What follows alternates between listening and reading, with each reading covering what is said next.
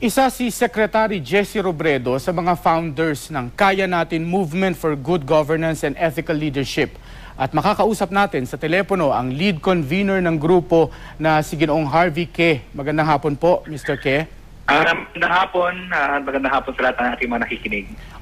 Malaking kawalan ho sa buong bansa, si Secretary Robredo. Malaman ko sa inyong grupo, gaano naman ho kalaki kung nyo i-describe ang pagkawala naman ho ni Secretary Robredo? Napakalaki, no? I think very indescribable ngayon dahil siya yung isa sa mga tinitingala namin at siya yung ama ng Kaya Natin. So parang kami naulila ngayon dahil nasa kanyang pagkawala at nalulungkot kaming lahat at siyempre ito ay panahon ng dalamhati para sa amin. Kaya malaking kawalan talaga si Secretary Robredo sa amin. Opo. Ano ho yung masasabi ho ninyo, yung medyo hindi pa ho namin alam sapagkat napakarami hong malalaking contribution ni Secretary Robredo. Pero dun ho sa ganang inyong grupo, ano sa tingin niyo yung pinakamalaking contribution ho ni Secretary Robredo? Pero para sa amin, pinakita niya na hindi mo kailangan i-kompromiso ang iyong mga prinsipyo at iyong mga values pag ikaw ay naglingkod sa pamahalaan. Kasi maraming sinasabi na, kailangan maging kurakot ka, kailangan maging ganito ka. Pinakita ni Secretary Robredo na hindi pala, pwede palang maglingkod ng tama at tapat at maging isang magaling na government official.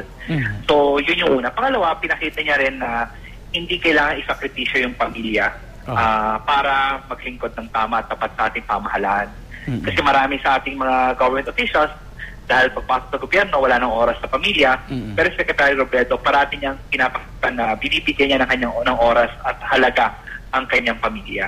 Na nakita naman natin yun sa pagpapalaki niya sa kanyang 3 anak na babae. Napakaganda ng pagpapalaki niya, napakapayak at simple ang kanilang pamumuhay para kanilang ama. Mr. Ke, yung sarili nyo, yung grupo ho ninyo, may sarili ho bang mga nakalatag na activity para ho sa pangyayaring ito? May sarili ho ba kayong paggunita? Something like that?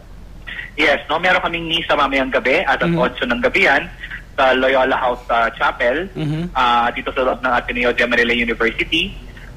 So iniimbitahan po natin na ating mga nakikinig na kung pwede po kayo, sumama po kayo sa aming selebrasyon ng banal na misa. Alas 8 po yan ng gabi sa Loyola House Chapel. Sa Loyola po, alas 8 ng gabi. Sa loob po ng Ateneo po yan. Opo. Ang amin pong pakikiramay sa inyo at maraming salamat po sa inyong oras, Ginoong Harvey Ke. Maraming salamat din.